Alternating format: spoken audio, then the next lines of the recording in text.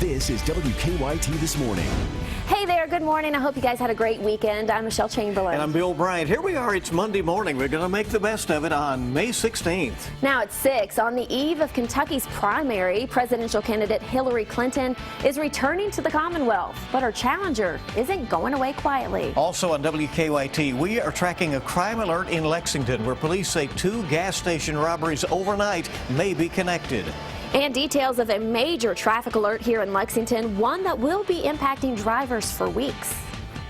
It's a cold start to the day, 30s and 40s outside early this morning with that frost advisory in effect until 7 a.m. or 9 a.m. depending on where you live. 62 by the afternoon. That rain moves on in tonight. I'm going to show you when it slides in and how much rain we're expecting. All right, let's get right to the news. Kentucky voters pick their favorite candidate for president tomorrow, and Hillary Clinton is making a big final push for their support. But rival Bernie Sanders is hoping to add Kentucky to a string of wins and further delay Clinton's clinching the Democratic presidential nomination.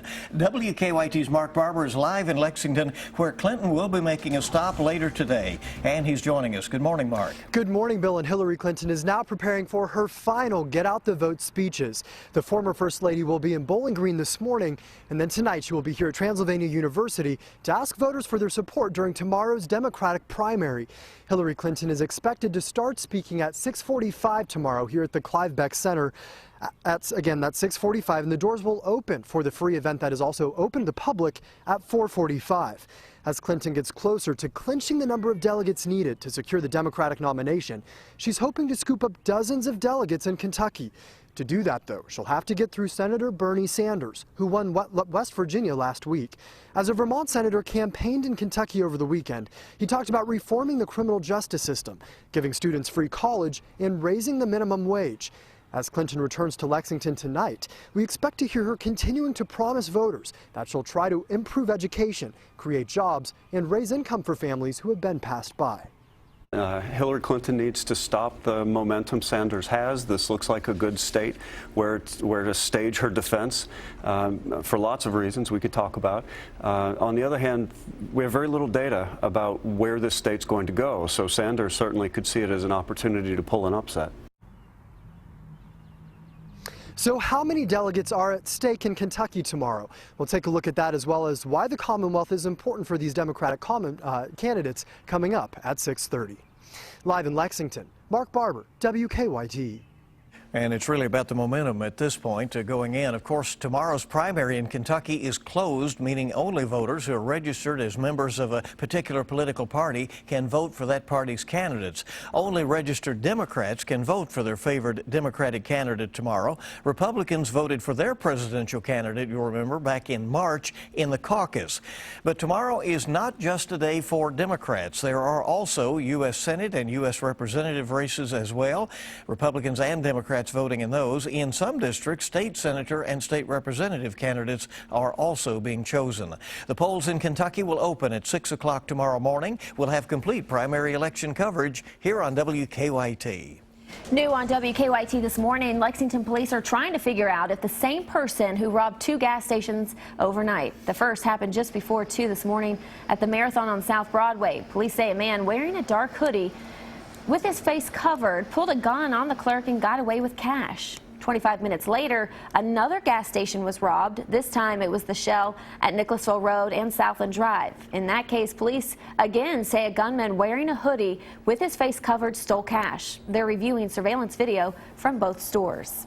New this morning, the search is on for the person who fired shots into a Lexington home. Police say several bullets hit a home on East 6th Street near MLK Boulevard just before midnight. 2 adults and 1 child were inside at the time. No one was hurt. A Garrett County man is in jail after leading police on a county-wide chase with his 1-year-old in the car. Court records show deputies in Lancaster tried to pull Robert Aldrich over on Saturday night. They say Aldrich hit speeds of 120 miles an hour, so they called called off the chase for the safety of the community. Deputies later found him inside his crashed car along with his wife and child. Aldridge is facing several charges this morning, including wanton endangerment and unlawful imprisonment. Well, it's going to be impacting drivers for weeks ahead. Today, there is a new traffic alert in Lexington to be aware of. WKYT's Mike Byers live on the UK campus to explain. Good morning. A stretch of road that travels through a big part of UK's campus is going to close today. Lexington Avenue of Champions between South Limestone and Lexington Avenue will close this morning and will be closed for 2 months. Now, according to our news partner, the Lexington Herald Leader, the closure stems from the $200 million rebuilding of the UK Student Center. Lexington Avenue will remain open to traffic, and Martin Luther King Boulevard will be open for deliveries to Good Samaritan Hospital, but other vehicles will not be able to access Avenue of Champions. Meanwhile, Lexington's 5 newest safety officers will hit the roads today, coming at the perfect time with the closure of the roadway. They will help the police department's response times to traffic calls and help sworn officers deal with criminal activity.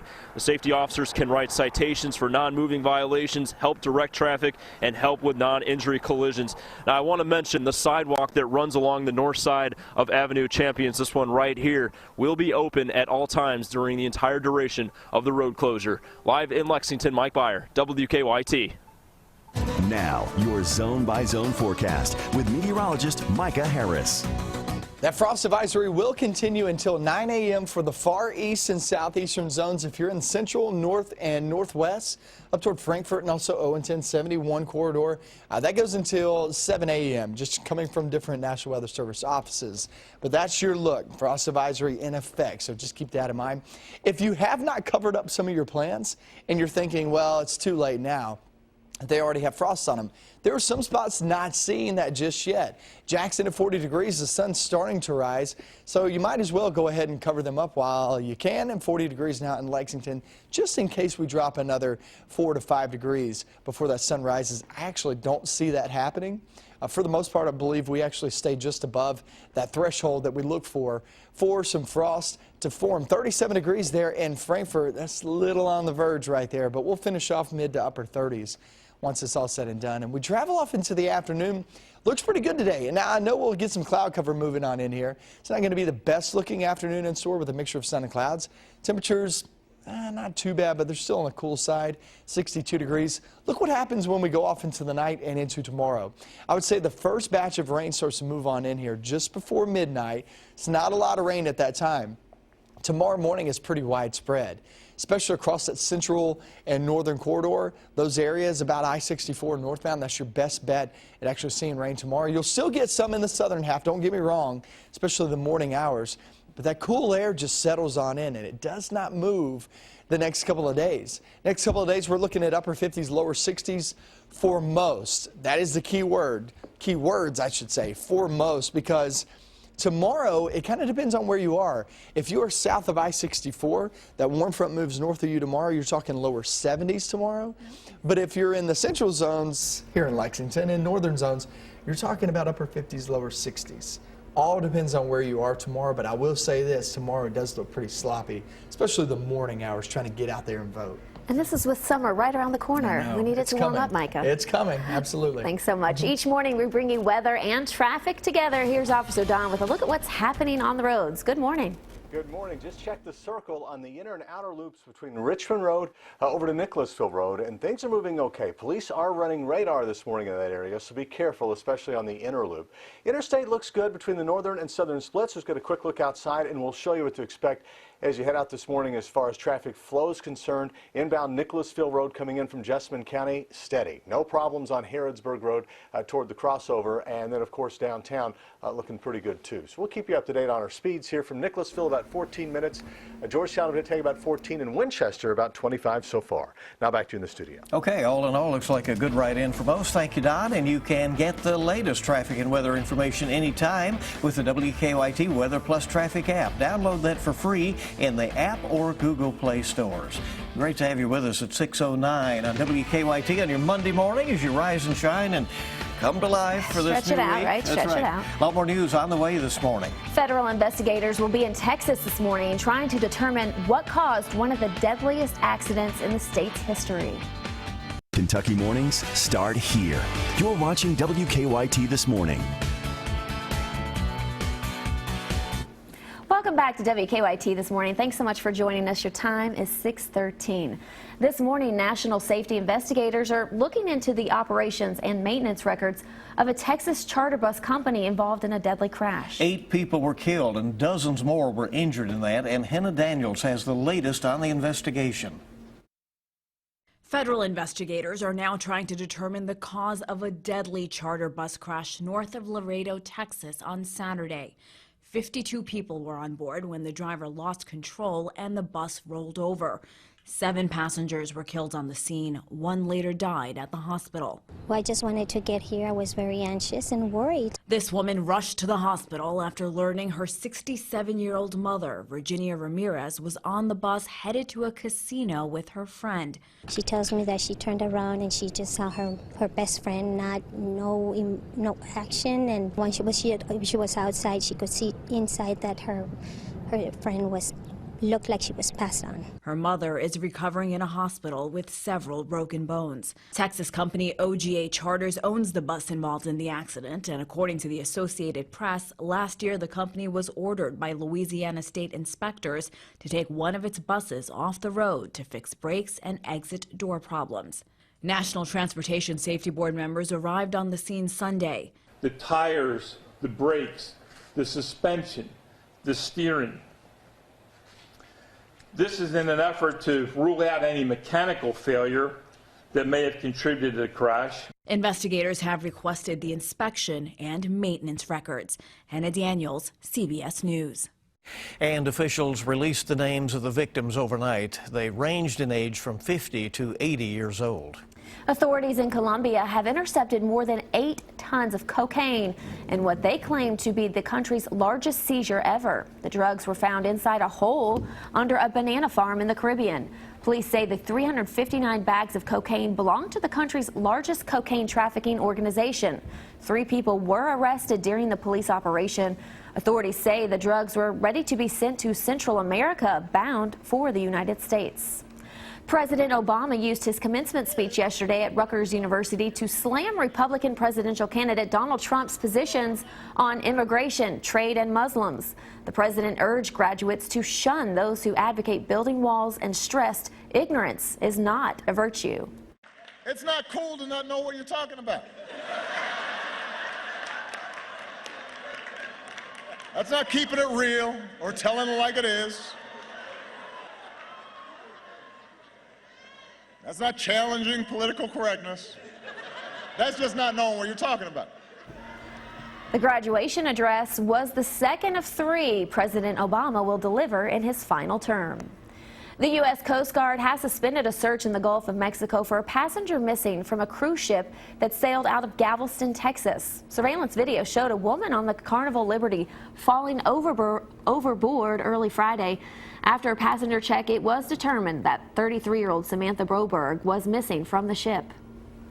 Our time this morning is 6:16 on WKYT. Verizon and the Workers Union are going back to the bargaining table again. U.S. Secretary of Labor Tom Perez says he met with both sides yesterday in D.C.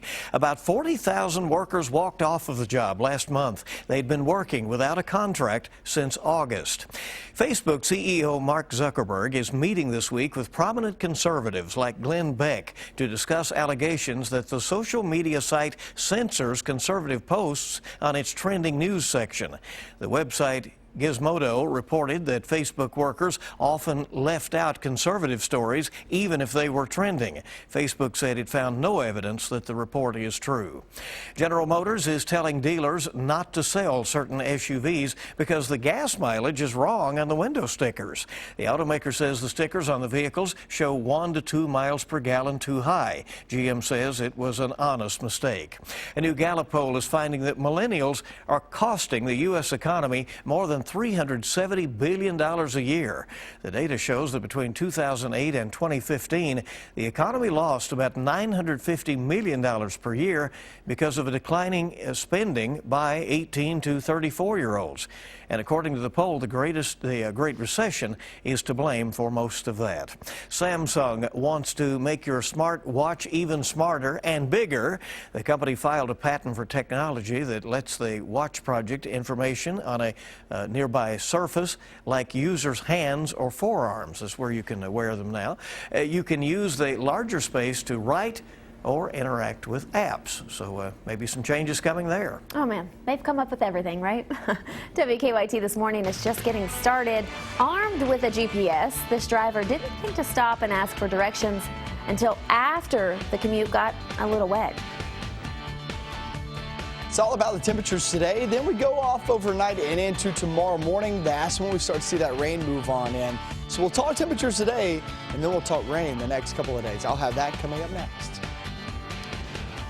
Beautiful start to the day in Lexington this morning. We already have daybreak, and we have more news coming up on WKYT. Good morning. Welcome back into WKYT this morning. 6:22 now, in the 30s in a lot of the area this morning with some frost here and there. So keep that one in mind. Take a light jacket. And May 16th feeling a little like spring, early spring, right? It certainly does. So Democratic presidential candidate Hillary Clinton is making more stops in Kentucky today before tomorrow's primary elections. The push is on, and that's what's trending at this hour. Clinton has scheduled stops in Bowling Green and in Lexington today. She will be at Transylvania University for a rally at 6:45 tonight. Her rival Bernie Sanders made a surprise stop in Louisville over the weekend. Lexington police are investigating 2 overnight gas station robberies. First happened at the Marathon on South Broadway. The Shell at Nicholsville Road and Southland Drive was robbed about 25 minutes later. In both cases, police say a gunman wearing a hoodie had his face covered. A busy road in the heart of the University of Kentucky campus will be closed for 2 months, starting today.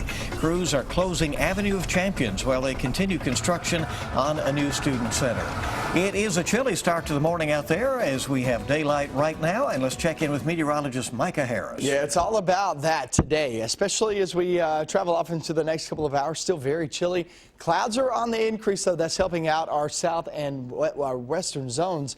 But what we're not going to see out of that, any rain. Now, rain comes later on tonight and into tomorrow. Sun's already above the horizon, getting some valley fog here and there. Look at 40 degrees there in Jackson. That's much better than what we were expecting down toward east and southeastern Kentucky, expecting those mid-30s with that frost advisory in effect put out by the National Weather Service. Most of that was for the valley regions. So valley regions, no doubt about it, will be colder than that. 37 now in Frankfort and 40 degrees now in Lexington. We travel into your afternoon with that mixture of sun and clouds at 62 degrees. The rain stays away today, but actually increases later on tonight and into tomorrow morning. It's going to be pretty widespread tomorrow morning if you are heading out to vote. There are some dry days in the forecast and there are some wet days. This is not a washout of a forecast. You will have dry days, and actually more dry days than wet days. I'm going to show you that in your forecast coming up in just about 10 minutes. Okay, Micah, thank you very much. At 6:24 now, you know, you hear about GPS fails from time to time. Yes, it's happened to me. People get lost. Well, a driver in Canada took an unexpected swim, and police blame it on foggy weather and, her GPS. The 23-year-old woman says she was following the GPS instructions while driving in the dark. So she drove down a boat ramp, apparently took a wrong turn, and plunged right into the harbor. The woman was able to roll down her window to get out and swim to shore. The car completely sank.